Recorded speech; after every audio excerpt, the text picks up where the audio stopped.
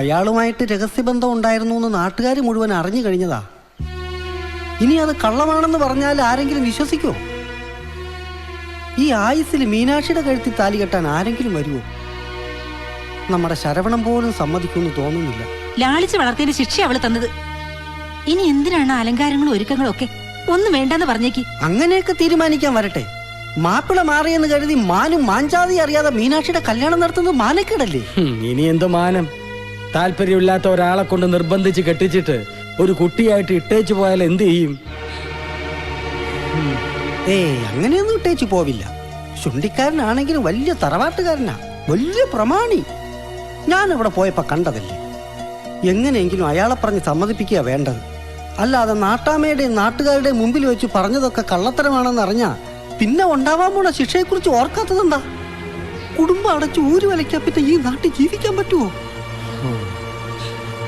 എന്റെ കാഞ്ചി കാമാക്ഷി, എന്നെ പരീക്ഷിച്ചത് മതിയായില്ലേ നിനക്ക്? നീ സമാധാനമായിരിക്കും. ഞാൻ ഒരു വഴി ആലോചിക്കട്ടെ. ഇനി ഞാൻ നോക്കിയിട്ട് ഒരു വഴിയേ ഉള്ളൂ. എന്ത് വഴി? അതാണ് നമ്മൾ കണ്ടുപിടിക്കേണ്ടത്. എന്തായി?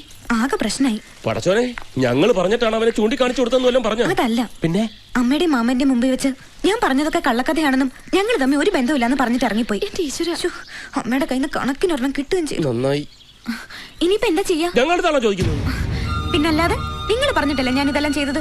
എന്ന് പറഞ്ഞാൽ ശരവണന്റെയും മാരിയപ്പന്റെയും രക്ഷപ്പെടാൻ എന്തെങ്കിലും ഒരു വഴി പറഞ്ഞു തരണമെന്ന് മീനാക്ഷി പറഞ്ഞിട്ടല്ലേ ഞങ്ങള്? മാത്രമല്ല, ഏട്ടനെ ഇഷ്ടമെന്ന് മീനാക്ഷി തന്നെയല്ലേ പറഞ്ഞത്? അതെ, ഇനി അവനെ വിടാതെ നോക്കേണ്ടത് മീനാക്ഷിയാ. അയ്യോ, ഞാൻ എങ്ങനെയാ? ഇതിനേക്കാളും വലിയ വിശ്വാമിത്ര മഹർഷി പണ്ട് തപസ് ചെയ്ത് മേനകയെ വീഴ്ത്തിയില്ലേ? മേനകയാണ് വിശ്വാമിത്രനെ വീഴ്ത്തിയത് എന്ന് പറഞ്ഞിട്ടൊന്നും കാര്യമില്ല. രണ്ടുപേരുടെ ഭാഗത്തും മിസ്റ്റേക്ക് ഉണ്ട്. ആരാരെ വീഴ്ത്തി എന്നുള്ളതല്ല ഇവിടുത്തെ വിഷയം. വീണോ അവർക്കൊരു കുട്ടിയുമായി. അതുകൊണ്ടാണ് ഞാൻ പറയുന്നത്, മീനാക്ഷിയെ പോലെ ഒരു കാഞ്ചീപുരം പട്ടുസാരി കുട്ടിക്ക് അച്യുതൻ കുട്ടിയെ ഈസി ആയിട്ട് വീഴ്ത്താൻ പറ്റും. ഏത് ഒറ്റക്കൊമ്പനെയും നിലയ്ക്ക് നിർത്താൻ ഇത്രയും പോകുന്ന ഒരു തോട്ടി മതി. ആ തോട്ടി വലിക്കുന്ന ഒരു പെണ്ണുകൂടി ആയാൽ പിന്നെ പറയാൻ വേണ്ട.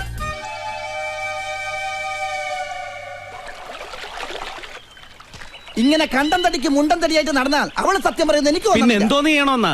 സത്യം പറ മോളെ എന്ന് പറഞ്ഞ അവളുടെ കാല് പിടിക്കണോ? പിടിക്കേണ്ടത് കാലിലല്ല, ആദ്യം ഇഷ്ടം കൂടി അവൾ അടുപ്പിച്ചെടുക്കണം. പിന്നെ മെല്ലെ മെല്ലെ നെഞ്ചിനുള്ളിൽ. തോന്നിയാസം പറഞ്ഞാലുണ്ടല്ലോ, നെഞ്ചിനുള്ളിൽ കയറി പറ്റണോന്നാ പറഞ്ഞത്. നെഞ്ചിനുള്ളിലോ? അതെന്തിനാ? എന്നാലേ അവളുടെ ഉള്ളിലുള്ള സത്യങ്ങൾ ചോർത്തിയെടുക്കാൻ പറ്റുള്ളൂ. അങ്ങനെ ഇഷ്ടം കൂടാൻ വേറെ ആളെ തപ്പണം. ഇഷ്ടം കൂടണമെന്ന് പറഞ്ഞാൽ പ്രേമിക്കണമെന്നല്ല, പ്രേമിക്കുന്ന പോലെ അഭിനയിക്കണമെന്ന്.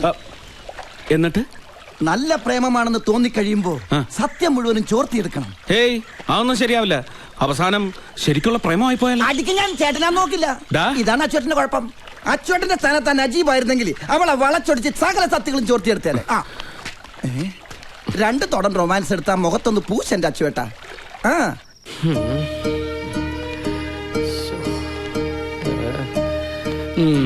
നിങ്ങൾ എന്താ ഈ കൂട്ടിലിട്ട് വരികനെ പോലെ ഇങ്ങനെ നടക്കുന്നത്? മണി എത്രയെന്ന് അറിയാവോ? കിടക്കുന്നില്ലേ? നിനക്കൊക്കെ മണിക്കണക്ക് നോക്കി ചാപ്പാടടിച്ച് കിടന്ന് ഉറങ്ങിയാൽ മതി. ബാക്കിയുള്ളവരോട് ഇരിക്കപ്പുറയില്ലാതെ കിടന്ന് മട്ടം കറങ്ങാം. അതിനിപ്പോ ഇവിടെ എന്തുണ്ടായിന്നാ? നീ എന്റെ കൂടെ ഇല്ലേ താമസം? ഇനി എന്തുണ്ടാവാൻ? കൈവിട്ടു പോയതൊക്കെ തിരിച്ചുവിട്ടെന്ന് വിചാരിച്ചതാ.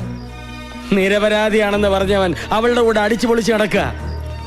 നാളെ കൂടി കഴിഞ്ഞാൽ 3 നാൾ കല്യാണം.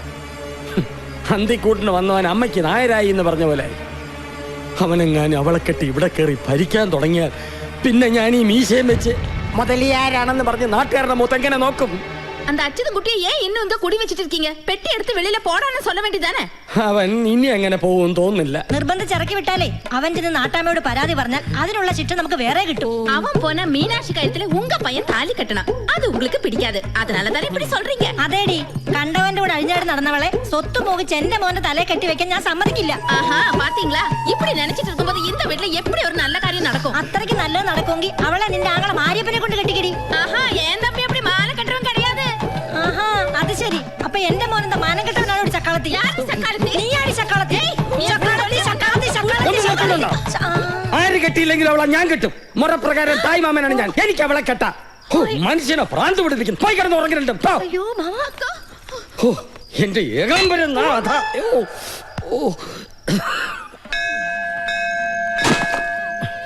എന്റെ ഭഗവാനെ, നീ തരുന്ന എന്ത് പരീക്ഷണങ്ങളും സഹിക്കാൻ ഞാൻ തയ്യാറാണ്. ഒരു പ്രാർത്ഥനയേ ഉള്ളൂ, മീനാക്ഷിയുടെ കഴുത്തിൽ താലി കെട്ടുന്നത് എന്റെ മോൻ ശരവണൻ തന്നെ ആയിരിക്കണേ. എന്നോട് വഴക്കടിച്ച് വീട്ടിൽ പോലും കയറാതെ അവൻ കൂട്ടുകാരുമായിട്ട് കറങ്ങിയടിച്ച് നടക്കുകയാണ്. അവനെ നേർവഴിക്ക് കൊണ്ടുവരണേ ആണ്ടവാ.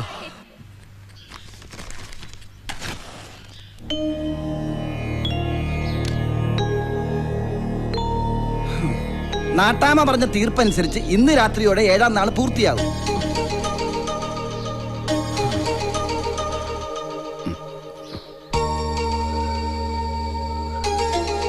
എനിക്ക് തോന്നുന്നത് നമ്മുടെ പാത്തിമത്തെ പറഞ്ഞതുപോലെ അച്ചോട്ടന്റെ കയ്യിൽ നിന്ന് ഒരു പുടവ മേടിക്കാൻ പടച്ചോന്റെ ഡയറിയിൽ എഴുതിയിരിക്കുന്നത് ഈ മീനാക്ഷിയുടെ പേരായിരിക്കും. പിന്നെ പടച്ചോനാരാ പോസ്റ്റ്മാൻ വേലായുധനാ കെട്ടിക്കാറായ പെമ്പിള്ളേരുടെയൊക്കെ പേരെഴുതിയ ഡയറിയും കൊണ്ട് നടക്കാൻ? ഇനി ഇങ്ങനെ വാശി പിടിക്കണോ? നിനക്കെന്താടാ ഒരിളക്കം? ആ പാപ്പാത്തിയെ കണ്ടോണ്ട് മനസ്സിൽ എന്തെങ്കിലും വേണ്ടാതീനം കരുതിയിട്ടുണ്ടെങ്കിൽ പാപ്പാത്തിയെ കുറിച്ചൊന്നും പറയരുത്. സത്യം പറഞ്ഞ ഞാനൊന്ന് അഴിക്കാൻ വേണ്ടി അവൾ എത്ര ദിവസമായി പറയുമ്പോ കറുപ്പെടുത്ത് നടക്കാൻ തുടങ്ങിയിട്ട് അച്ചോട്ടനെ മാത്രം ഓർത്തിട്ടാ ഞാനത് അഴിക്കാതെ കൺട്രോൾ ചെയ്ത് കടിച്ചു പിടിച്ച് നടക്കണത്. എങ്ങനെ എങ്ങനെ കറപ്പെടുത്ത്?